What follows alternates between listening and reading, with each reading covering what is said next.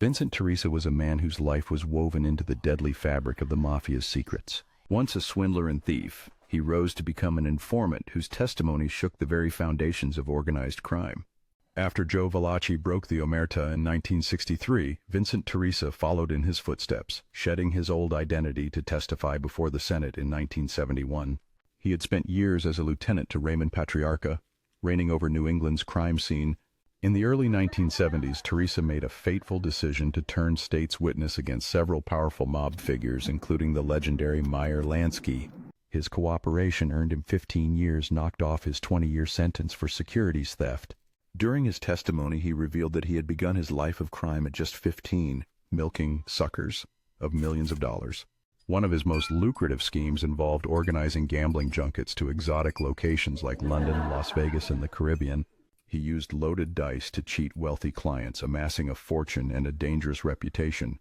After testifying, Vincent Teresa was moved to the West Coast, taking on a new identity as Charles Cantino. He co-authored 2 books, My Life in the Mafia in 1973 and Wise Guys in 1978, sharing his dark insider's perspective.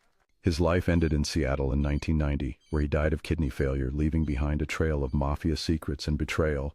Meanwhile, the Mafia's violent history took a brutal turn on a grim October day in 1957.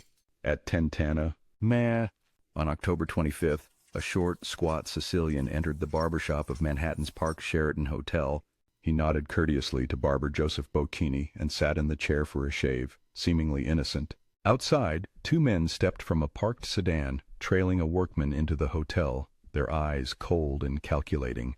The worker pointed a newspaper at the chair, then disappeared into the lobby, unaware of the deadly trap unfolding inside. Without warning, the 2 men drew guns and pulled handkerchiefs over their noses to mask their identities. They opened fire, unleashing 11 bullets into the body of Albert the executioner, Anastasia, sitting unsuspectingly in the barber's chair. One gunman delivered a final coup de grace to Anastasia's head, ending his reign of terror as Murder Inc.'s boss. Anastasia had earned his ruthless nickname through a quarter-century of coldly orchestrated murders. His brutal efficiency made him one of the most feared killers in the Mafia world. Yet his savage ways made him uncontrollable.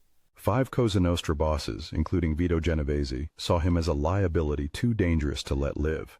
The mastermind behind the hit was Vito Genovese, who orchestrated Anastasia's demise through his underboss Anthony "Tony" Bender Strollo.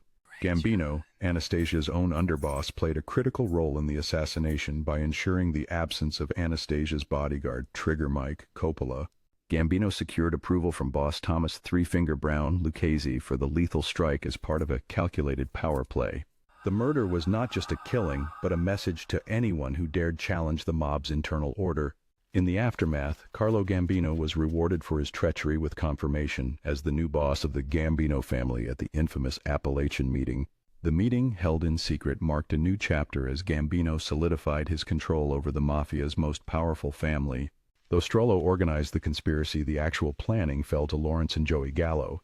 The Gallos understood the danger and recruited an expert from Raymond Patriarca's crew, Jackie Mad Dog Nazarian.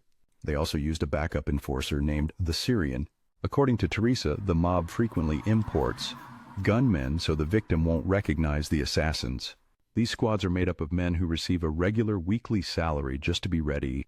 Teresa recalls Ice Pick Barney, who would kill victims by driving an ice pick through the eardrum into the brain, making it look like a natural cerebral hemorrhage. Teresa explains that while hitmen like Rudy Sciarra or Joe Barboza were professionals, they were often volatile. Nazarian, the man who hit Anastasia, eventually became too big and threatened Patriarca. Consequently, Patriarca assigned Sciarra and Lou the Fox Taglianetti to kill Nazarian in 1962. Teresa emphasizes that the victim never expects to be killed by the people they trust. Vincent Teresa notes that life in the mob wasn't all mayhem. It was also about the glamour of the nightlife. Mob-owned clubs like the Ebb Tide were gold mines because they drew broads and entertainers like flies. Teresa used these clubs to run his loan sharking and hijacking businesses, often generating $4,000 a night just from the people coming to see him. The clubs used young girls to lure middle-aged targets into rigged card games. Teresa also claims that many entertainers were attracted to the mob for career help, though many, like Fats Domino or Lou Monte, ended up losing their salaries in rigged dice games upstairs. Teresa's view of celebrities was mixed. He praised Dean Martin for being a nice guy who never forgot a face, but he detested Frank Sinatra. He claimed Sinatra had no class, alleging that Sinatra borrowed money from the mob when his career was down, but failed to keep his promises once he became a smash hit, again after From Here to Eternity. Teresa concluded by calling politicians hypocrites for criticizing the mob while using celebrities like Sinatra to raise money.